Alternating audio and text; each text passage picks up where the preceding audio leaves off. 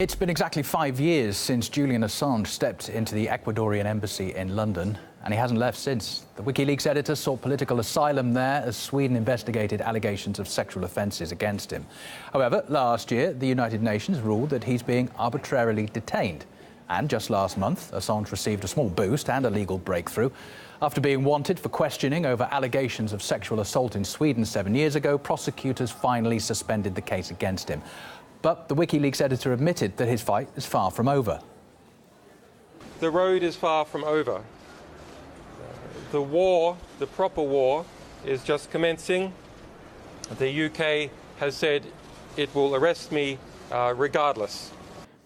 Still hanging over Julian Assange is a British arrest warrant for breaching bail back in 2012. And there's also the uncertainty over a possible extradition to the US for leaking classified documents. Back in April this year, the US Attorney General called the arrest of Assange a priority. This is a matter that's gone beyond anything I'm aware of. Assange is a narcissist who has created nothing of value. He relies on the dirty work of others to make himself famous. He's a fraud, a coward hiding behind a screen. Just to cast your mind back, Assange's big revelations have included the Afghan war logs in 2010, Cablegate in 2011, and more recently the Podesta emails and Vault 7, which has been gradually publishing the CIA's alleged digital spying tools. However, one concern for the Wikileaks editor's legal team is whether the UK will extradite him to the US for leaking these documents. Let's cross live now to a member of Assange's Brussels-based legal team, Christophe Marchand. Mr. Marchand, welcome back to RT International. We've spoken a couple of times before. Every time it feels there is a step forward, there seems only guarded cause for celebration here. So, 5 years on, I think I know the answer to this. Will Julian Assange's situation improve anytime soon? Well, we all hope so, of course, because the last developments are very important. Of course, you mentioned this UN decision from 2015, and now we have the situation with Sweden that has dropped the fact that there was a case over there where he hasn't been charged. So we are now in a situation where he is in detention. It's acknowledged by the highest forum of lawyers in the world, and until now, till today, there hasn't been any improvement in the fact that he would get out of the embassy, and now it's I think the duty of the United Kingdom to do something and find a way out. Have you been able to glean anything from the intelligence services or the police in the UK? They insist they only want to get hold of him because of skipping bail. Have you been able to get any clarification as to whether any extradition might then take place? Well, we're just waiting for information about this US extradition.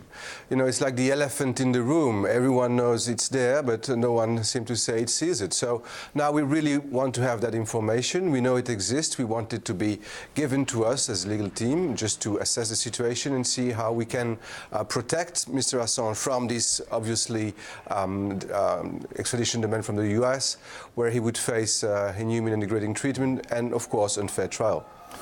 And in terms of your work as a legal team, now that you've had that arbitrary detention ruling from that UN agency, and Sweden has also dropped its prosecution investigation over those sexual offences, how much weight does that give you as one of his lawyers in order to be able to move forward and at least getting Julian Assange to be able to walk out of that door?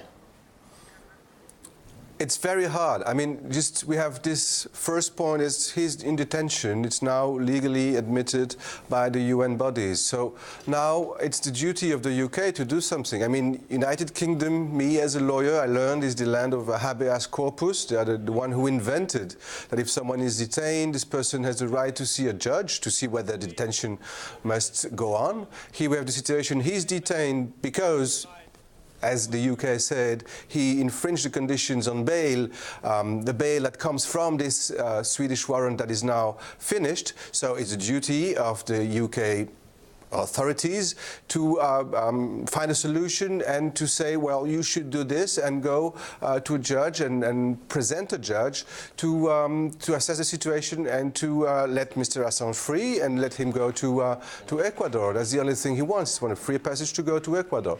Oh, just to quickly ask you, is Ecuador making any moves to help with this at all, or is it just standing aside?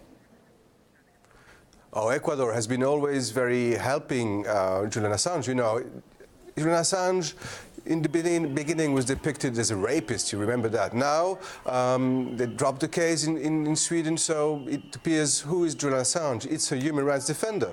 And Ecuador was the only country who was strong enough to face this and to face the United States and to say we're going to protect him. So Ecuador, yes, is still very supported.